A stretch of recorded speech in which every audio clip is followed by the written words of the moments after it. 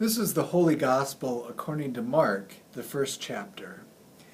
Jesus and his disciples went to Capernaum, and when the Sabbath came, he entered the synagogue and taught. They were astounded at his teaching, for he taught them as one having authority, and not as the scribes.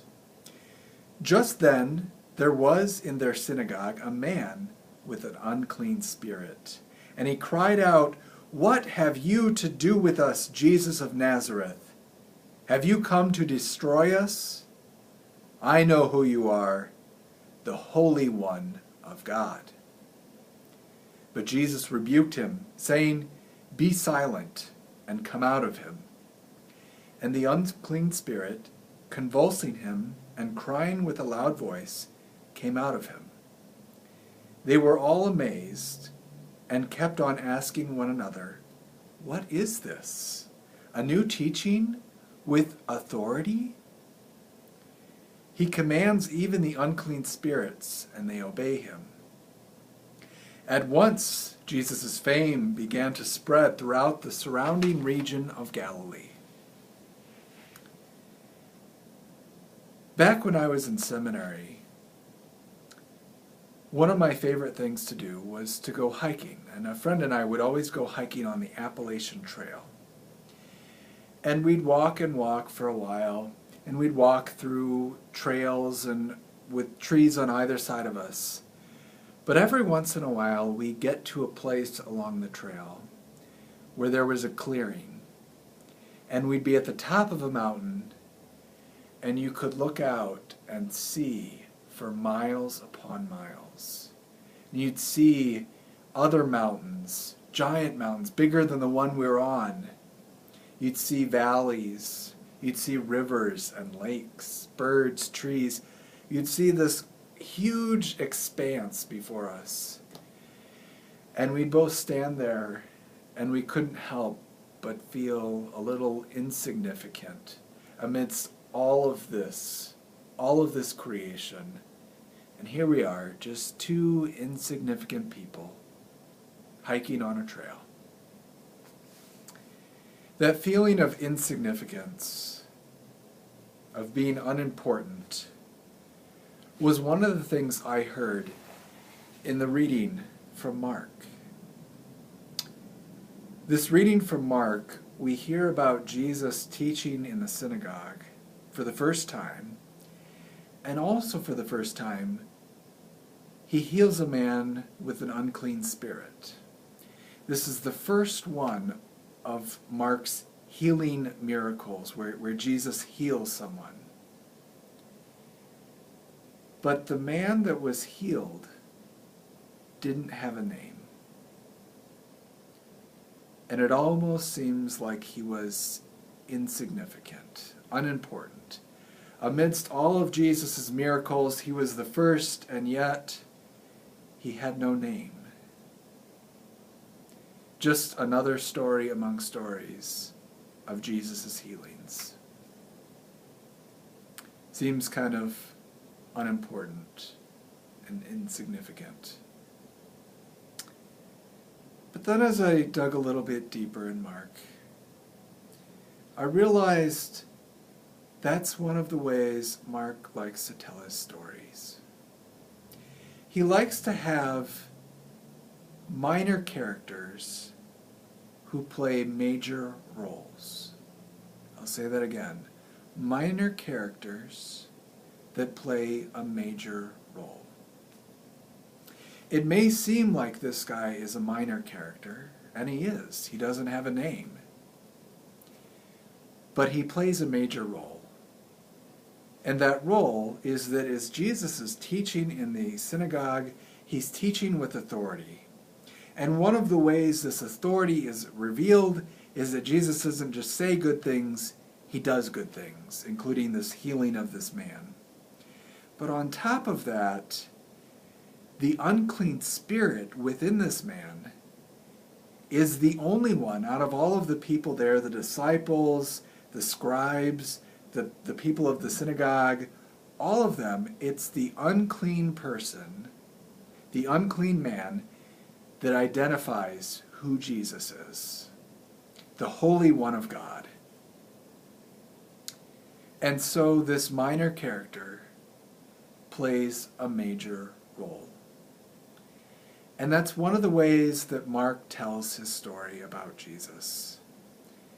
The gospel writer Mark always seems to put these minor characters into major situations. And in this case, the healing of a man.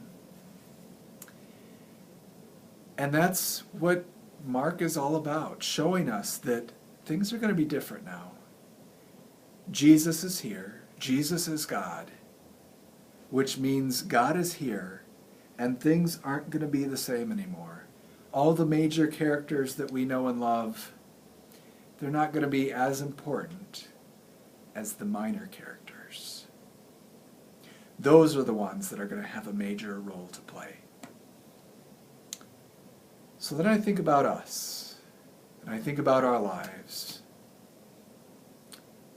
and it makes me ask, where are those times that we associate more with this unnamed man? When we feel insignificant, or we feel like we play a minor part. Maybe it's at school, as a student. We feel like we're just yet another student going through the education system. We're just another student in the classroom, sometimes without a name, sometimes a name that isn't remembered. And we feel insignificant, unimportant.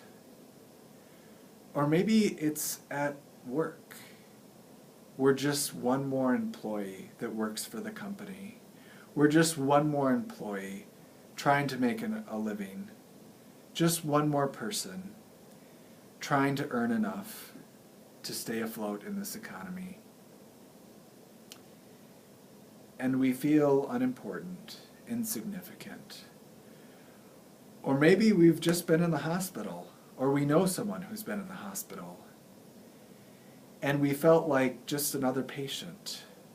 Just another patient that went to the clinic, just another patient that was in room 3708, that worked with all the nurses and doctors and staff, but kind of had a minor role in their lives. Or maybe it's in our own families. We're just another uncle, a cousin, a nephew, a grandchild, a daughter, a grandparent. Just another insignificant, maybe less important family member. Or maybe it's at church.